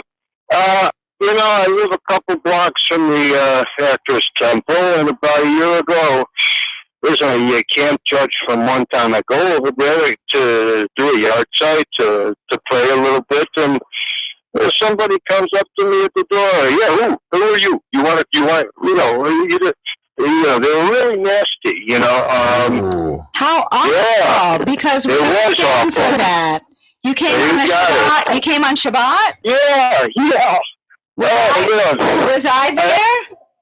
I don't know. I just, when I saw that, I just turned around and went somewhere else. Oh, I apologize with all my heart. Is everybody acceptable? Is everybody acceptable? Absolutely. I'm very Neil, in your synagogue, is everybody acceptable? But I'll tell you something. We are 1 block away from Fountain House, which integrates the mentally ill back into society. Some of our members are you listening to this? Beautiful. Some of our members are members of Fountain House. They're fully participating, valuable members of our society. But occasionally, there's somebody who hasn't taken their medication. And maybe we all have one of those guys. We have one by us too. Maybe that's the person you met. I don't know, but that is not our practice at the Actors Temple. We go out of our way. That way from you. I'm liking you, listening to you. But I'll say hello when I go there. I'll give it another chance. I used to go there with Rabbi Jill. And make sure to go to Rabbi Jill. And I know you're the one who called. Come and visit me. What's your first name?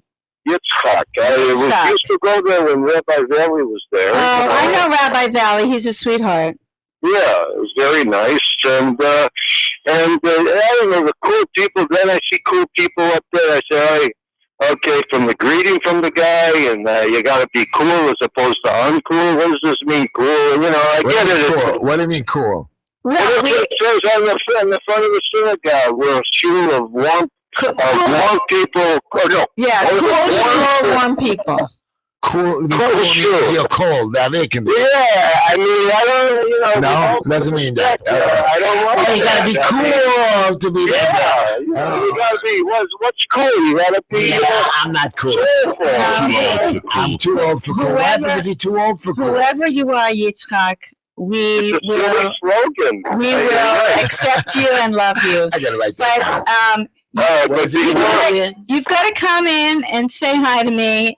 I And will, I see promise. all the welcoming, friendly people because I promise. yeah, I think you met the only lemon there is. Boy, was he Okay, we don't want to talk bad about somebody. I won't. Listen, before I go, the show is, I love it.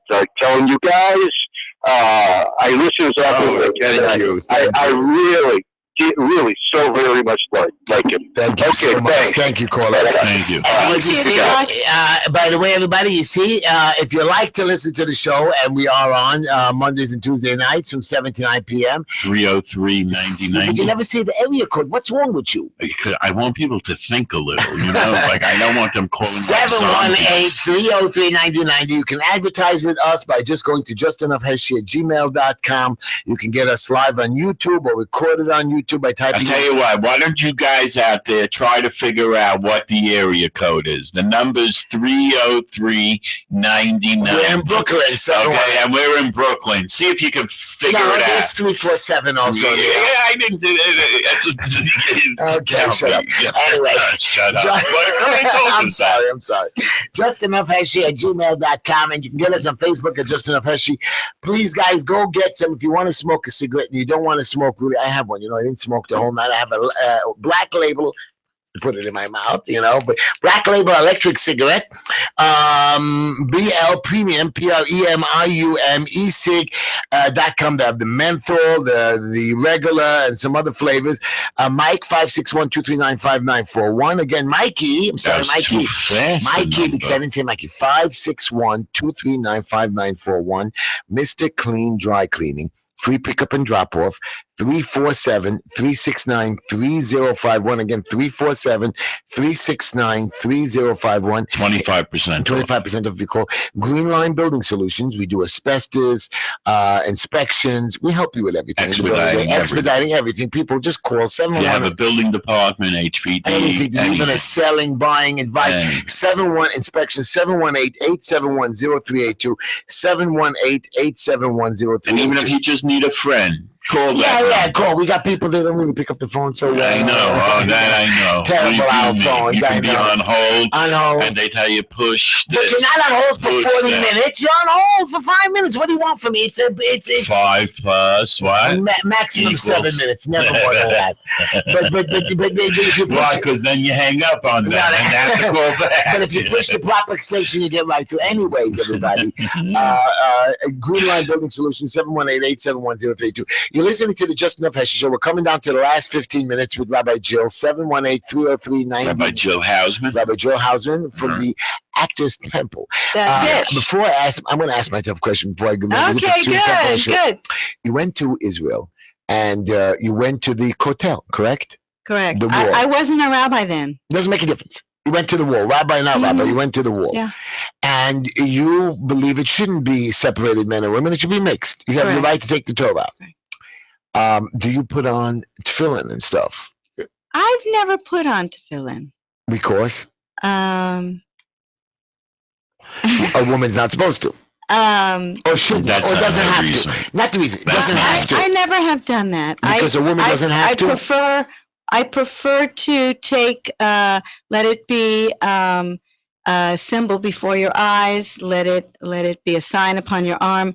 I prefer to interpret it metaphorically, do the right thing, and think the right thoughts. I don't think we have to You don't have to put on the necessarily tefillin. It's not a requirement to put on every day. interpret it physically. So if a man who wants to put it on, no problem with Bind that. it as a sign upon your arm. And if you miss a day, no big deal. And I was taught if you miss a day, you burn in hell. Well, there is no hell. I am very. You better work this out for me. What does that mean, Noel? I got to get this finally. Thank God. There's no reward and punishment in your book. Oh, well, that's a different story. My belief is that we dig a hole and then we walk forward and fall into it. So there is hell. So, no. Can't win. That God doesn't necessarily punish, but God lays out the way God structured the universe in the Torah. So God says to us, look, this is the way it is. What you do shall be done to you. This is my favorite metaphor. If life is a glass of water, right, and you put dark dye into the water, what is life going to look like around you? Dark. But it's still water. It's still water. So it's dark water. If life is a glass of water, and you put light into the water, what's life going to look like around you? You can put light into water? Well, you can't. Metaphorically. Sure. Metaphorically. No, never. You can shine light and it goes into the water. Candles, you never seen waterfalls in the. No. I'm not I'm talking about being light. physical. Okay. This is a metaphor. But you could clean water. By the way, I heard you could talk clean to Edison. Go ahead, baby. This is a metaphor. So certain things don't work. Right? Right. Killing people doesn't work. Right. Killing yourself? We're asked not to do that. Why? Why can't I kill myself? It's my life. It's not yours. Mind your own business. It's not our life. It's God's life. I got you. God's life. So me and God's got our own little, we got our own little, what's it called again, Neil? You know. Oh, even if people want to have assisted suicide. Forget assisted suicide. Any suicide. I am not happy with life. You're not happy You go put light in your water. I want my water to be dark, and I would like to end it because I'm done. I'm done. Who are you to tell me like abortion, right? Neil gets upset with me. Who gave you permission to have do you believe in abortion? No. Bye-bye. I think under the right circumstances, does a woman have the word choice? Does a woman have a right? A woman has a choice. She has a choice. It's wrong. Why? It's wrong. What do you mean, why? Yeah, why? What do you mean? Yeah, I don't want to get in trouble. Heshy, you can't have it both ways. Why not? If you're allowed to commit suicide. Right. Then you can have abortion. You're not allowed to. So that's my point. So you're telling me you can't commit suicide, so I'm telling you can't have abortion. You can't have it both ways. It's not fair. It's not fair that everybody has these rules and I can't figure out these. I'm not being sarcastic right now.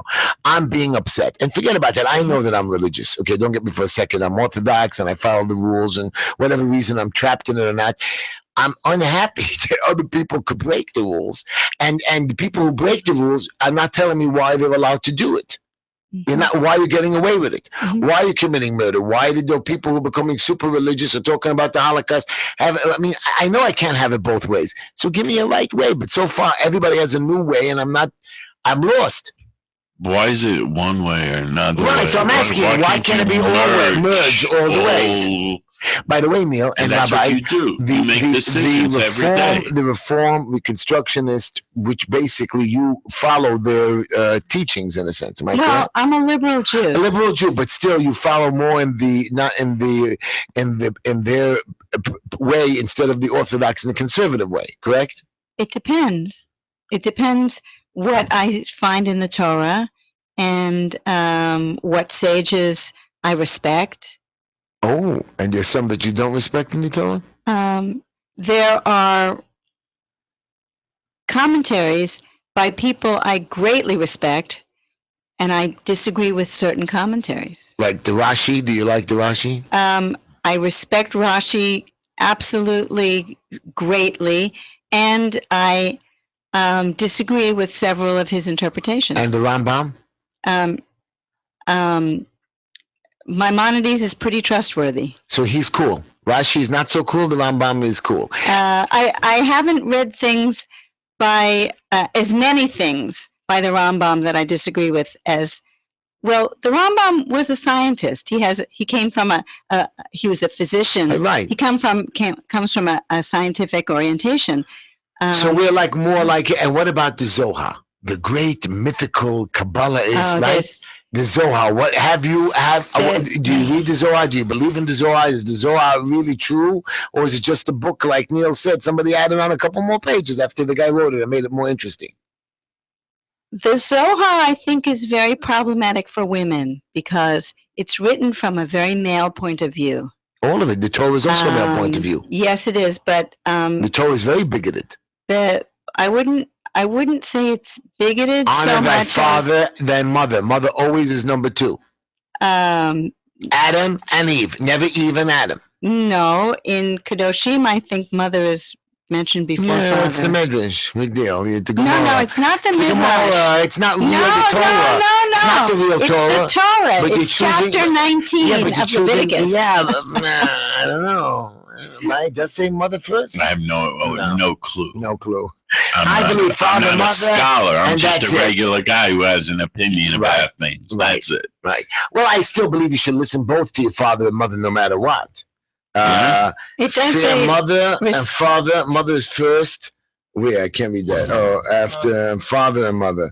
Okay, honor the father. Okay, so I'm wrong. What should I tell you? I'm wrong. I can't always. Thank you. Listen to me. I'm not always the smartest. I believe I'm the smartest. I do make mistakes. I'm sorry. I think this is a new producer. He doesn't understand when you're wrong to make you look right. We have a new I'm producer. not sure what's going on. We have a new producer behind the counter there. Why? And listen to me. You got to make me look good. You can't make me look bad. The old producer used to make me look good. He's waving in the window. Our old producer is going on to do bigger and better things, and he's going to law school, and he's always going to be a consultant to the show. You know how they become wealthy and make more money? They consult now. Right. Interesting. They and the unemployed are consultants. I agree. Right. Consultants make money, you know, if you're a good guy. If you're a good one. Look, Holder. If God blesses you. You saw Eric Holder is going back now to his law firm that he used to belong to. And how much are you going to charge an hour? Minimum $1,000 an hour. You know, he's taking care of international regulation or something, whatever. Big money. Okay, it's still a billing hour, anyways. No, he does better than a billing hour. Now, Rabbi, Young, do you have? And I'm ashamed to say right now, I'm going to bring it up. In a lot of different communities, areas, neighborhoods, we have predators of our children. And in our synagogues, in our neighborhoods. And we were told, like, there's a big percentage of them within the Jewish, but in your community, in your temple, do you see or have you heard this? And what do you do about helping these children or counseling them, or what is the deal? I don't exactly know what you're referring to. Are you referring to anti-Semitism? Not anti-Semitism. Children that were molested or abused. And do you help them and guide them? And do you have this issue in your community? I do know of some people who are now adults. One is a young adult, one is a middle-aged adult who were abused as children. They know they can call me. They know that I'm there for a hug. But you don't have a problem in your area, your community with this? Well, not that I know of. I know these two people who come to the synagogue and who call me sometimes, and I try to be there for them. So there is no real problem with children being abused or molested or taken away. You have no problem with trusting you don't have this issue. You shouldn't be scared of it. Am I correct? I haven't come across it. You have children in your place? I mean, how many children come to synagogue? We had a Hebrew school, but it was small. How small? About 10 kids. Okay. But we don't have it this year, but I teach the bar and bat mitzvah kids. So they come to me singly, and we have maybe about 6 bar and bat mitzvahs a year. So you're busy all day with the temple? Basically, or teaching, or I'm sorry. weddings and baby namings and funerals and Right. yeah. And it's a full-time phone calls, problems. Right, So phone people come calls. to you with questions. Absolutely. Now, if I have a question for you. You make weddings, am I correct?